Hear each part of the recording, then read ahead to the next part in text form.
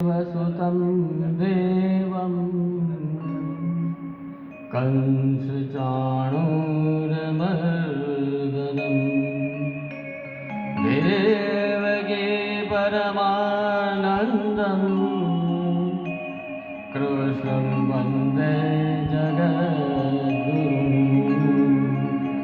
कृष्णं वन्दे जगद्गुरुं कृष्णं वन्दे जगद्गुरुं। તમારો ભજનનો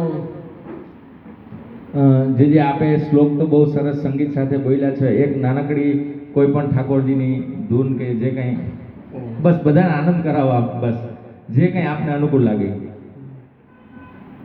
જય રાધાનો શ્યામ ગોપ ગોપીનો શ્યામ જય રાધાનો શ્યામ મારે હૃદયે સમાયો છે શ્યામ શ્યામ શ્યામ મારે હૃદયે સમાયો છે શ્યામ જય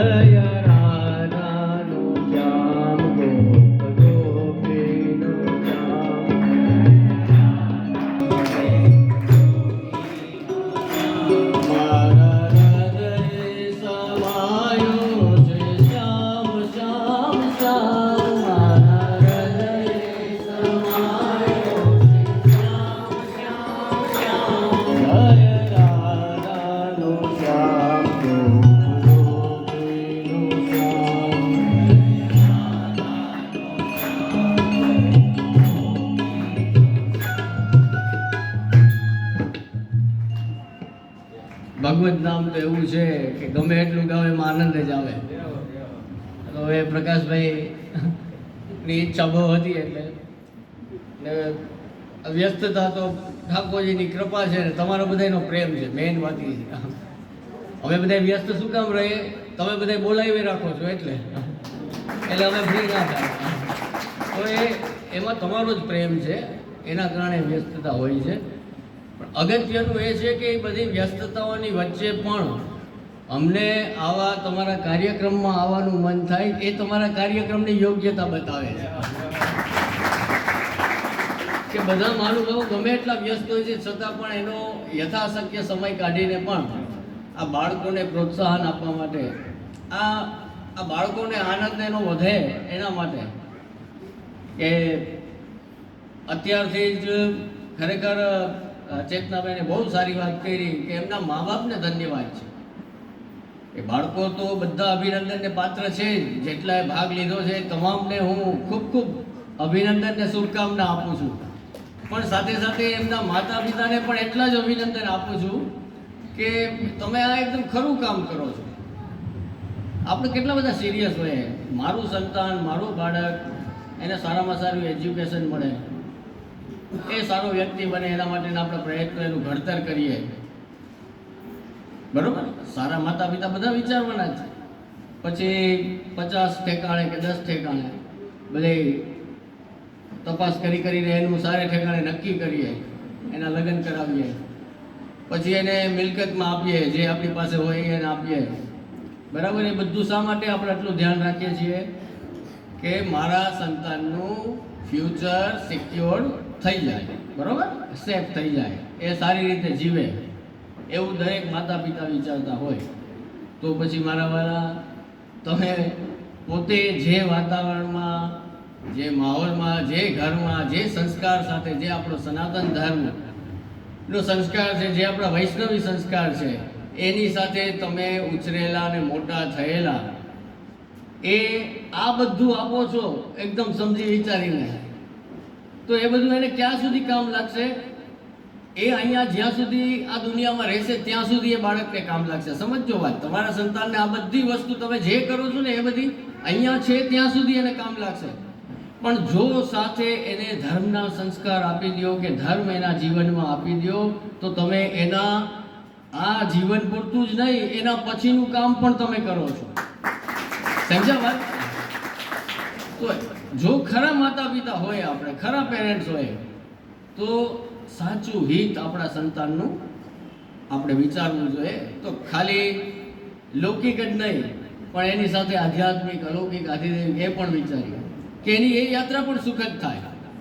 મારા બાળકમાં અત્યારથી જ એવા સંસ્કાર હોય કે એને શ્રી રામ કોણ છે કે શ્રી કૃષ્ણ કોણ છે એમ કેવું ના પડે, શ્રી મહાદેવજી કોણ છે એ કેવું ના પડે. આ ત્રણ તો આપણો મૂળ પાયો છે આપણા સનાતન ધર્મનો. એટલે હું કે કોઈ ગમે તે કોઈ પણ ઊંચા સ્ટેજ ઉપરથી કે કથા દ્વારા કે કોઈ પણ આ ત્રણ વિરુદ્ધની વાત કરે ને તો ક્યારે માનવીએ નહીં, ક્યારે માનતા જ નહીં. એક મહાદેવજી, એક શ્રી રામ અને શ્રી કૃષ્ણ. કારણ કે બે મત છે આપણા સનાતન ધર્મના, શૈવ અને વૈષ્ણવ. શૈવ મતમાં આદિ શંકરાચાર્યજી મહારાજે એનો પ્રકાશ કર્યો છે અને વૈષ્ણવ મતમાં આપણા 4 આચાર્યોએ પ્રકાશ કર્યો છે. એમના 4 મત છે. તો જેમણે એ વેદ અને ઉપનિષદોનો અર્થ કર્યો છે, આપણા ધર્મગ્રંથોનો અર્થ કર્યો છે, એ આચાર્યો છે. એમનું એ દર્શન છે. તો આદિ માધવાચાર્ય, નિંબાર્કાચાર્ય કે અમારા શ્રી વલ્લભાચાર્ય, તો એ બધા વૈષ્ણવ મતના આચાર્યોએ શું તો આપણને એ રસ્તો બતાવ્યો છે, એ માર્ગદર્શન આપ્યું છે કે ભગવાન કેમ મળે, ભગવાન કેવા છે. તો આચાર્ય એ રસ્તા બતાવ્યા. તો અહીંયા મને પ્રથમ વખત આવવાનું થયું, ખૂબ ખૂબ આનંદ થયો. આદરણીય પૂજ્ય ગીતા દીદીજી અને લીલા દીદીજીને મળવાનો અવસર મળ્યો. ખૂબ ખૂબ આનંદ થયો. જુઓ, રસ્તા અને માર્ગ તો બધા છે જ અલગ અલગ, વિચારધારા બધી અલગ અલગ હોય છે, પણ એ કોઈને કોઈ પરમાત્માના સ્વરૂપને પ્રાપ્ત કરે છે. પણ સ્પષ્ટ હોવું બહુ જરૂરી છે. દાખલા તરીકે જેમ અમારી વચ્ચે એ કોઈ મતભેદ નથી. એ હમણાં આદરણીય નીલા દીદી બોલ્યા કે નિરાકાર, બરોબર, નિર્ગુણ બ્રહ્મ. અમે પણ એ જ કહીએ છીએ કે બ્રહ્મ નિરાકાર અને નિર્ગુણ જ છે, પણ ભક્તની એ તાકાત છે કે ભક્ત એના હૃદયમાં મનોરથ જગાડે છે તો ભગવાન પોતે પણ સાકાર બની જાય છે એમ. અને જે કરોડો લોકોને આકાર આપનારો હોય એને પોતાને આકાર લેવો હોય તો એ કાંઈ એટલો અસમર્થ નથી કે ના લઈ શકે. ભગવાન તો એક પણ કરી શકે. એટલે એ તો સાધારણ વાત. બાકી છે નિરાકાર જ, ઓફકોર્સ. ભગવાન નિરાકાર, નિર્ગુણ. ત્યાં કોઈ પહોંચી ન શકે, ત્યાં બુદ્ધિ પહોંચી ન શકે, ત્યાં કોઈ વાણી પહોંચી ન શકે. એ તો એ છે, અગમ છે. આપણી સામાન્ય લૌકિક બુદ્ધિ ભગવાન સુધી પહોંચી ન શકે. પણ આપણા આચાર્યોએ, આપણા મહાનુભાવોએ, આપણા મહાપુરુષોએ એ બધાએ કૃપા વિચારી, કૃપા કરી છે આપણા ઉપર અને આપણને રસ્તો બતાવ્યો છે કે આમ ભગવાન સુધી જઈ શકાય છે. તો બસ આપણો એ આધ્યાત્મિક રસ્તો પણ રહે ને આપણા બાળકોને અત્યારથી તો આપણા આદરણીય વડાપ્રધાન છે એ મોદી સાહેબ શું કરવા માંગે? એ વિકસિત ભારત એટલે ખાલી ઇન્ફ્રાસ્ટ્રક્ચર કે તમે પુલ બનાવી દીધા, હોસ્પિટલ, સ્કૂલો બનાવી દીધી, બધું ખૂબ સુખી થઈ ગયા, સામાજિક વિકાસ થયો, આર્થિક વિકાસ થયો, ખૂબ આર્થિક ઉન્નતિ થઈ આપણી. એ ખાલી એટલું જ નથી કરવા માંગતા. એ સશક્ત, સમૃદ્ધ અને સંસ્કારવાળું ભારત બનાવવાનું. એ વિકસિત ભારત, સાચા અર્થમાં વિકસિત ભારત કોઈ બનશે આપણું તો એ બનશે. તો આપણે બધી રીતે પાવરફુલ બનવાનું છે. આધ્યાત્મિક રીતે પણ આપણો એટલો જ પાવર, સેના પણ આપણી એટલી જ પાવરફુલ હોય, વિકાસ પણ આપણા, ગરીબો પણ આગળ આવે, ગરીબો પણ ગરીબી રેખાથી ઉપર આવે. તો એ બધા પ્રયત્નો છે, એમાં આપણાથી બને એ આપણો પ્રયત્ન હોવો જોઈએ કે આટલા મોટા સંકલ્પમાં પોરબંદરમાં હું પણ મારાથી થાય એ કરીશ. તો હું એમ કહું છું કે તમારો આ બાલ ભક્તિ ગીત ઉત્સવ છે ને, એ આટલા મોટા યજ્ઞનો, એમાં એ બાળક માટેના સંસ્કાર સિંચનનું એ પણ એક આહુતિરૂપ કાર્ય છે. આ પ્રકાશભાઈનું કામ છે ને, હું તો એને જો કે હવે શું કહું, કેટલા વર્ષો થઈ ગયા, ઘણા વર્ષોથી પરિચિત છીએ અમે, ખૂબ વર્ષોથી એ સેવા કરતા રહ્યા છીએ. પણ આ વિચાર આવ્યો ત્યારે મને પણ ખૂબ આનંદ થયો. એમણે કહ્યું ત્યારે મેં કીધું ચોક્કસ કરો, અને એ પણ સારું, કોઈ પેલો બીજો ત્રીજો નંબર નહીં, ખાલી આનંદથી બધા. અને ભગવાનનું નામ તો એમ જ લેવાનું હોય. હું તો બાળકોને નહીં, બાળકોના મા બાપને કહું તમે લેજો ભજન. ખાલી આ ગાય એમ નહીં, આપણે એ ગવાય રાતના, અને જેવું આવડે એવું ગવાય. આપણે સ્ટેજ ઉપર ક્યાં ગાવું? ભગવાન તો બધાયનું સાંભળે, જેનો ભાવ હૃદયમાં છે એ દરેકનું સાંભળે. પછી એને સંગીત આવડે કે નથી આવડે, ડઝન્ટ મેટર, એ બીજા નંબરની વાત છે, સમજા? ગાઉં છું ને ભગવાન માટે બસ એ જો સુખ હોત ગોપાલે ગાયે. ગોપાલને ગાવાથી શું થાય તો કે એકદમ તમને સુખની પ્રાપ્તિ થશે.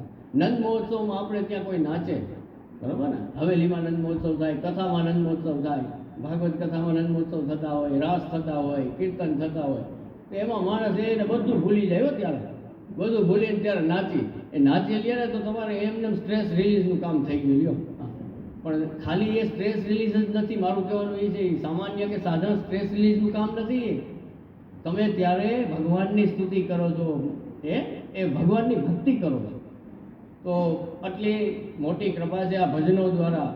તમે વિચાર કરો, આજે નરસિંહ મીરાને આપણે યાદ કરીએ છીએ, આજે સુરદાસને યાદ કરીએ છીએ, આજે કુંભનદાસજીને યાદ કરીએ છીએ. ક્યારે કે જ્યારે એમણે આવા કીર્તનો, આવા પદો, આવા ધોળ, આવા બધું, બરોબર ને, આ બધું લખ્યું ત્યારે માધવદાસને આજે ગાય.